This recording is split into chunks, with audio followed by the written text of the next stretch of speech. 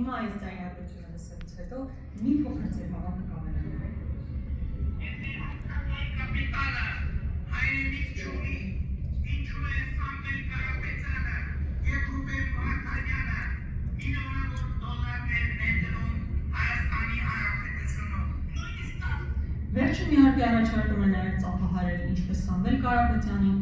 այնպես էլ Ռուբեն Վարդանյանին։ Ես գիտեմ ինչու են իրենք ներդրում արել Հայաստանի Հանրապետությունում և Արցախում, որտեղ Հայաստանի Հանրապետությունը և Արցախն իրենց հայրենիքն են, որ դուք ստեղծել եք։ Զանգովի արդարադատության դեմ եք պայքարում մինչև 18 թվականը։ 18 թվականից հետո մի հատ upgrade եղավ ու ստացվեց Facebook-յան արդարադատության իրականացում։ Բայց ինձ իսկապես մի բան է հետաքրքիր, պարոն Թունյան, հետո կխանգարեք։ Ձեր ոգին փառավորվեց երեկ, երբ կալանավորեցին Սամվել Կարապետյանին։ Իսկապես ձեր ոգին փառավորվեց, տոնում եք երեկ։ Ես վստահ եմ, որ Ալիևը տոնում էր, որովհետև տարիներ առաջ հետախուզում էր հայտարարել Սամվել Կարապետյանի նկատմամբ։ Տոնած կլինեիք, այդտեղ կասկած չունեմ։ Ձեզ ուժեղ էիք զգում։ Ես վստահեցնում եմ, դա ընդհանրապես ուժի գործոն չէ, ուժի չէր, այլ բացառապես թուլության, վախերի ցուցադրություն։ Ուզում եմ հասկանամ, այդ ինչից եք էլի այդքան վախենում։ Մարդն ընդհանրապես ասել է, որ եկեղեցու կողքին կանգնած արինելու եկեղեցուն է պաշտպանելու։ Այդ ինչ մի sense վախեցած սարսափած վիճակում է գտնում։ Այո, պետք է արձանագրել Սամվել Կարապետյանի կալանավորումը Նիկոլ Փաշինյանի վախերի դրսևորում է, ուրիշ որևէ բան չկա այստեղ։ Ընդհանրապես ես կարծում եմ, որ Նիկոլ Փաշինյանը այս տարիների ընթացքում ապացուցել է, որ ինքն առհասարակ ատում է հաջողակ մարդկանց։ Ատում է այն մարդկանց, ովքեր հաղթանակ ետք են ասոցացվում, ատում է մարդկանց, ովքեր արժեք են ստեղծում։ Գոյական չի թե այդ մարդիկ ովքեր են, նախագահներն իր բոլոր թշնամիները Հայաստանի Հանրապետությունում են։ Հայի անուն ազգանուն ունեցող մարդիկ են միայն նրա թշնամիները։ Որտեղ այդպես չես կարող բացատրել, թե ինչպես օրինակ Նիկոլ Փաշինյանը, այսպես վիզը ծուր կանգնում Ալիևի առաջ ասում, արի գնանք սուրճ խմենք, կամ Էրդողանի գիրքը ասենց ոգևորված իր կրծքին սեղմում կանգնում, հետո գալիս Հայաստանի Հանրապետությունում թուր ճոճում բոլորի նկատմամբ, ոգևորականների, կաթողիկոսների, նախագահների, գործարարների։ Պարոն Սուքիասյան, ձեզ դուր է գալիս այս իրավիճակը, երբ գործարաններն են այսպես թիրախավորվում։ Վստահ եմ, որ դուր չի գալիս, բայց ես կարծում եմ, որ բոլորն են իրենց կարծիքը այստեղ պետք է հայտարարեն։ Եկեղեցու նկատմամբ տեղի ունեցողը ազգային ինստիտուտը ոչնչացնելու միտված քայլ է, ուրիշ ոչինչ։ Սիրելի ժողովուրդ, հանկարծ չմոլորեցրեք այն պնդումներով, որ սրանք առանձին անհատների, առանձին հոգևորականների կամ կաթողիկոսի հետ քննարկումներ են։ Սա մեր ազգային ինստիտուտը ոչնչացնելու հարց է։ Վաղը կարծես թե Նիկոլ Փաշինյանը Թուրքիայում է գնում։ Գող կլինեն այդտեղ ձեզանից։ Շատ գող կլինեն, վստահ գող կլինեն։ Նախ այստեղ իհարկե կարևոր է հասկանալ, թե Թուրքիան ինչ օրակարգ ունի, այնտեղ ինչ է քննարկվելու։ Բայց քանի որ շատ է խոսում նաև սրբապղծություններից, ես ուզում եմ ասել, թե ինչն է ինձ համար սրբապղծությունը։ Սրբապղծություն է այն, որ միայն նրա համար, որ ձեզ դավաճան չասեն,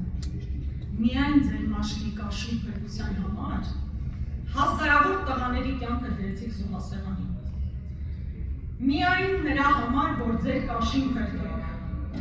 Սրբապղծություն է, երբ տասնյակ կիլոմետրերով լրություն,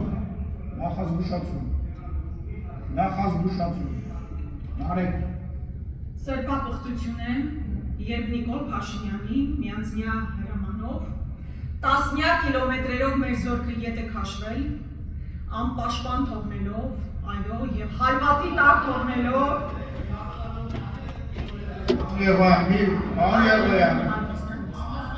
Պարոն Եղոյան, խնդրում եմ կարգի վերաբերյալ Պարոն Եղոյան, սրբապղծություն էր Արցախը ճանաչել։ Տիկին Գրիգորյան, մի վարքան, ազգային ժողովի կանոնակարգին համաձայն նկատողություն եք ստանում, պարոն Եղոյան, նախազգուշացում եք ստանում և նույնը ձեզ է վերաբերում, պարոն Ղարամանյան և պարոն Եղոյան, նախազգուշացում։ Տիկին Գրիգորյան, շարունակեք և ձեզ Ղարամանյանը զեմլյակը սա ոչինչ թեթև տանենք։ Արցախ սրբապղծություն էր Արցախը ճանաչել Ադրբեջանի կազմում, որի հետևանքով արդյունքում այո եղավ էթնիկ զտում և Արցախն ամբողջությամբ հայաթափվեց։ Այո, սեփապղծություն էր, երբ Արցախի վրա հարձակում կար, իսկ Նիկոլ Փաշինյանը ուղիղ եթերով հայտարարում էր, որ որևէ վտանգ սպառնալիք չկա քաղաքացիական հասարակությանը։ Սա սեփապղծություններ են, այո։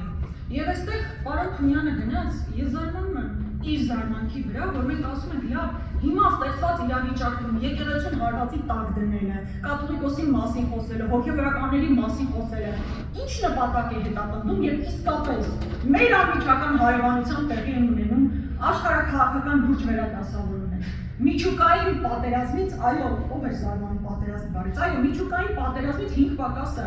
ամեն մեկս ամեն առավոտ արթնանում ենք, կարդում ենք մի հատ հասկանանք Տրամփն ինչ դիրքորոշում հայտնել։ Իսրայելը ինչ է իրականացնել, հասկանալու համար ինչ ակադեմիան դառնում մեծ է։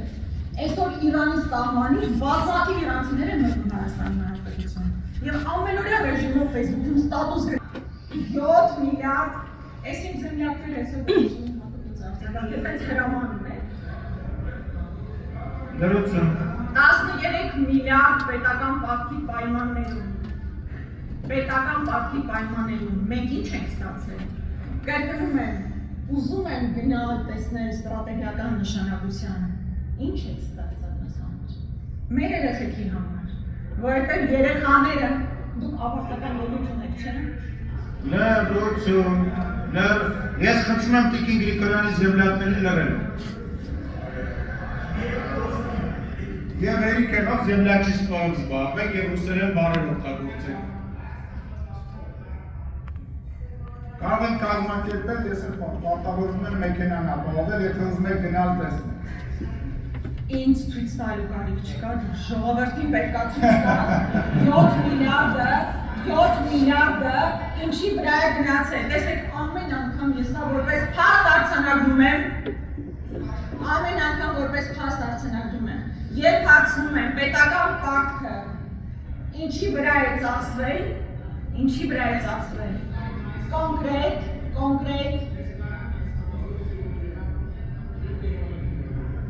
Իրապետում եմ նախազգուշացում Արման Վարդանյանին տեղից խղավելու համար։ Քանի որ ինձ անընդհատ ընդհատեցին եւ մեծ հաշվով ժամանակը քիչ է մնացել, Չեմ ընդհատում շարունակեք։ Մինայք ժամանակի շարունակեք։ Պետական պարտքի մասին խոսելիս պետք է նաև հետևել արձանագրմանը։ Մինչև 18 թվականը պետական պարտքի միջին տոկոսադրույքը 4.6% էր, այսօր այս բանին 8%, ինչը նշանակում է, որ միայն 24 թվականին վճարվել է ավելի քան 13 միլիոն դրամ, գրեթե նույնքան ամբողջ առողջապահական համակարգն է։ Այսինքն միայն բանի բերումով, որ այս մարդիկ նույնիսկ պարտքներ չեն կարողանում պատասխանաշատանքանել եւ ավելի ցածր կողմով պարտքներ գրավել, մենք այսքան գումար փոխանցում չանենք։ Մի քանի անդրադարձ նաև հնչեցված, օրինակ Ալեն Սիմոնյանն ասում է, անհետ կորածների մասով, Դուք դահլիճում եք դուք անհետ կորածների ժամանակ։ Անհետ կորածների մասով մենք մշտական կապի մեջ ենք։ Ասում եք դինակ նկարահանումներ։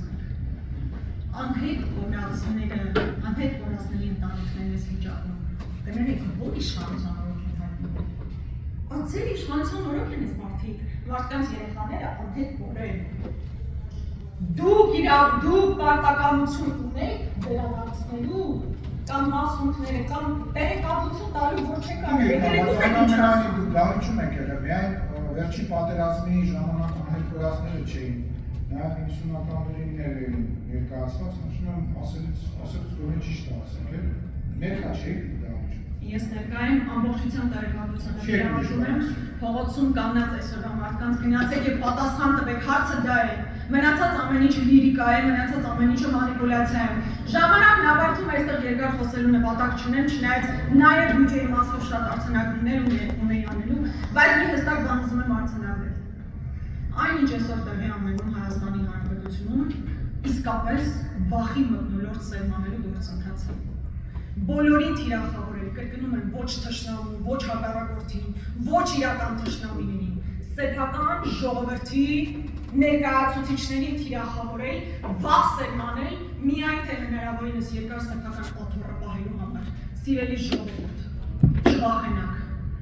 Մի վախեցեք մարդուց, ով ինքը ոտից գլուխ վախերի կծիկ է, վախենում է սեփական ապորը կորցնելուց։ որևէ կերպ չվախենաք, ես չեմ վախենում, 100,000-ավոր մարդիկ չեն վախենում եւ իսկապես չկա մի բան, որում կարող եք տեղավորել 100,000-ավոր մարդկանց, ովքեր պահելու են իրենց ինքնությունը, ովքեր լինելու են եկեղեցու կողքին եւ այն մարդկանց կողքին, ովքեր իսկապես արժեք են ստեղծում։ Շնորհակալություն։ Մենք եք շնորհակալ Տիկին Գրիգորյան, լրություն, առաջարկած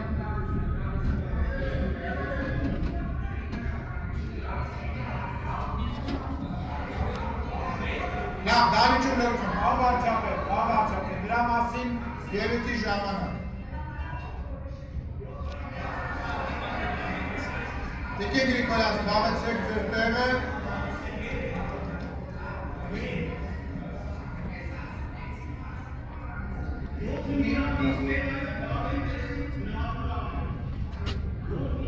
Լրություն դարիճում, ուրեմն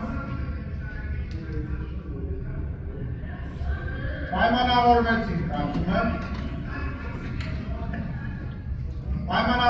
ուրեմն հարգելի հայրենակիցներ քիչ առաջ ազգային ժողովի նիստերի դահլիճում պայմանավորվածություն ձեռք բերվեց ընդդիմադիր Հայաստան խմբակցության եւ Հայաստանի Հանրապետության վարչապետ Նիկոլ Փաշինյանի միջեւ, որ Հայաստան խմբակցության պատգամավորները համաձայն են գալ եւ տեսնել այն բոլոր ծախսերը, որոնք որ արվել են ամրացված շրջաններում, Ոչ միայն։ պատմեցա, լավ չեմ պատմեցա։ Եվ կարծում եմ օրվա հետ կապված ես ձեզ կտեղեկացնեմ, տեսնենք թե քանի պատգամավոր կա։ Ուրեմն ձեր 4-ը պլյուս 7-ը կհանենք, տակը ինչ կմնա կքննարկենք։ Վահագն Ալեքսանյան, խնդրեմ։ Շնորհակալություն։